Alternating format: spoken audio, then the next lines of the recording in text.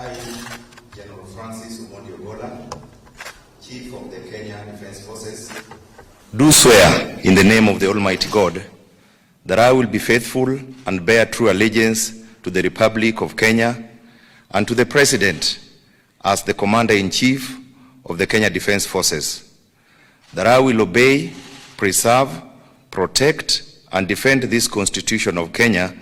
and all other laws of the Republic, and that I will protect and uphold the sovereignty and dignity of the people of Kenya, that I will diligently serve the people and the Republic of Kenya without any fear, favor, bias, affection, ill will, prejudice,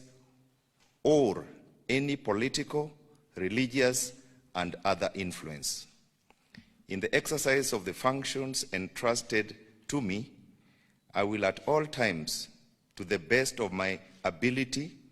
respect, uphold, preserve, protect, and defend the Constitution,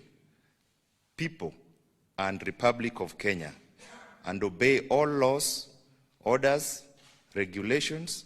directions, and instructions concerning